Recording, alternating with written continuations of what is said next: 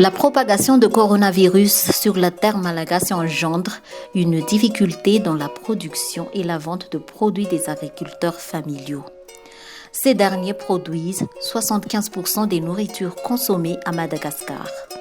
Les paysans membres de l'organisation paysanne fêtière FIFATA n'échappent pas à cette situation.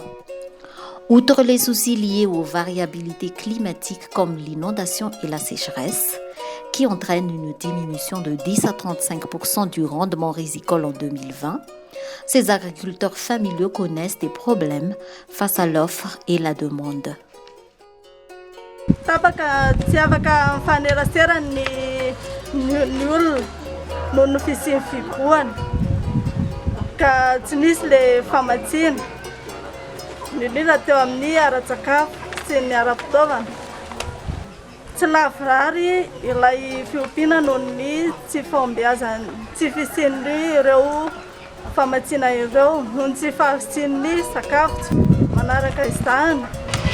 Ny tsy fisian'ny vaksiny noho ny tsy fisian'ny visy dia voatery tsisy angalana ny vaksiny noho ny fisian'ny fiboahana ihany koa dia taraiky ny vaksiny. Ty tatangana ny farim-piainana mety ho sahirana indrindra fa ho anay tantsaha. Le 19 mars 2020, le président de la République a confirmé l'existence des personnes infectées par le Covid-19. Le gouvernement malagasy a décrété l'état d'urgence sanitaire sur toute la République, ce qui est caractérisé en général par l'interdiction des contacts physiques et sociaux, la limitation des transports communs et le confinement de quelques régions comme Analamang, Haute-Matchiach et Antinanan.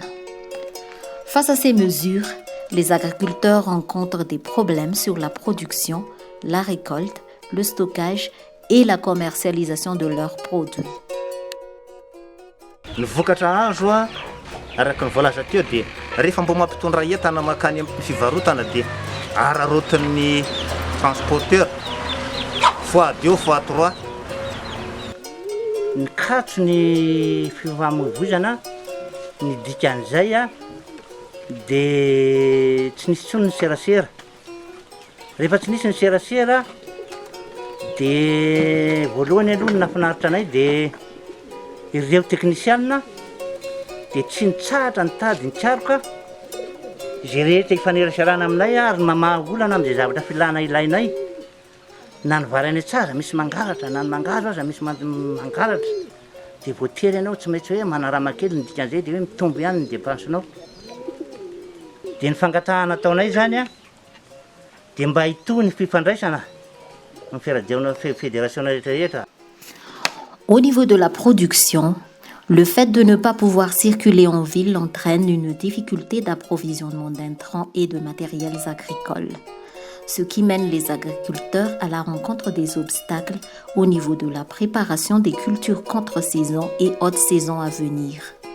De ce côté, les conseillers agricoles et les agriculteurs qu'ils accompagnent éprouvent une difficulté au niveau de la communication. Ils sont obligés de s'entretenir par téléphone, alors que l'utilisation de cet appareil n'est pas encore à la portée de tous les agriculteurs à cause de son prix et l'inexistence d'électricité auprès de quelques endroits où ils vivent. Noho ny vokatra ny fisian'ny Covid-19 ity zany dia ohatra nisy olana kely teo amin'ny resaka masom-bolo, ohatra fiakaran'ny vidiny ny fahatongavan'ny ara-potoana any amin'ny toerana misy anay zany nisy olana lizy satria niakatra ny vidiny fahatarana eo ankilan'izay koa. Dia ny zavatra mba iangavianay zany sy angatanay amin'ny tompona andraikitra ambony eo dia mba hijerany tantsaha amin'ny resaka aim-pamokarana sy fanamorana ny masom-boly. Au niveau de la récolte, malgré l'initiative de l'État, il devient de plus en plus rare de trouver des main-d'œuvre, comme le cas de la région d'Alocha-Mangour pour la récolte de riz. Ils engagent les 75% des main-d'œuvre dans les hauts plateaux de Madagascar.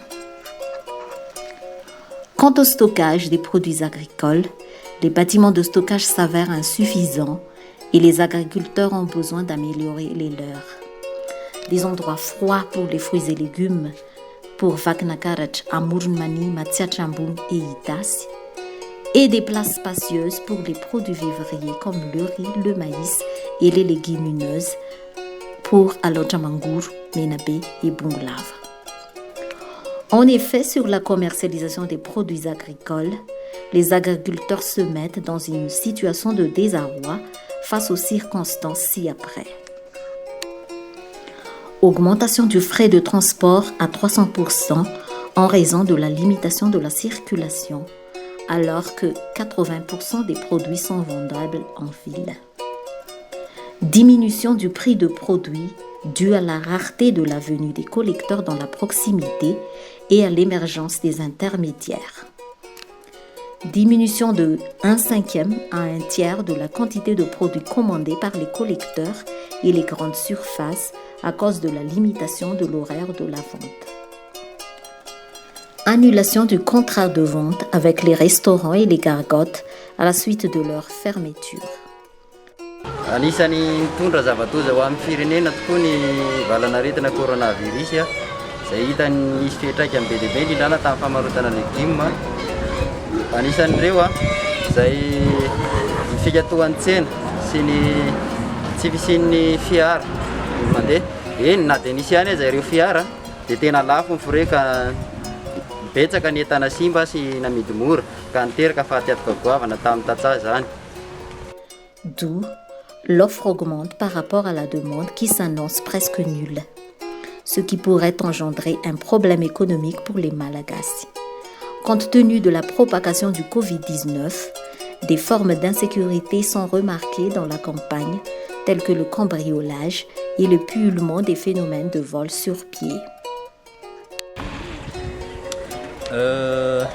Arak'izay hoe valopolo isan-jato ny vokatra zay miakatra makeny an-drenivohitra dia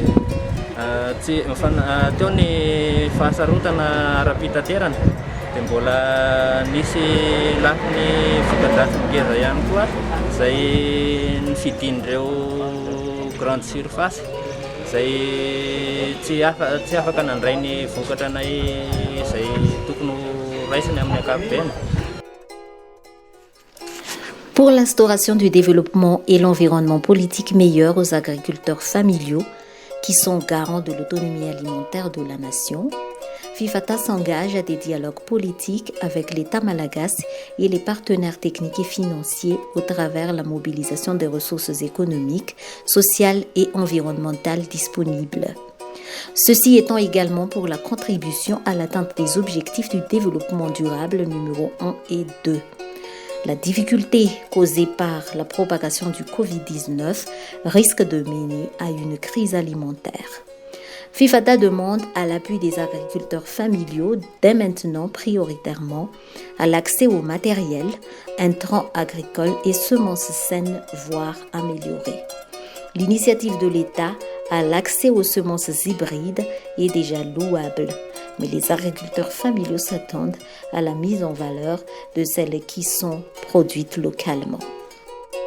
Manoloana ny fianaky ny valanaretina sy ny fihenan'ny vokatra tamin'ity taona 2020 ity dia FIFATA zany dia manokatra sehatra ifanakalozana zany ahafahantsika manatsara izay vokatra amin'ny taopambolena ho avy zao zany hoe sehatra ifanakalozana, fanakalozan-kevitra na au niveau ministère io na au niveau fikambanana namana au niveau tranobe ny tantsaha hoe ahoana no ahafahantsika zany manatratra lay avy rano filoham-pirenena zany dia ny fahavitantena ara-tsakafo ahoana ihany koa ny ahafahantsika tena mba hoe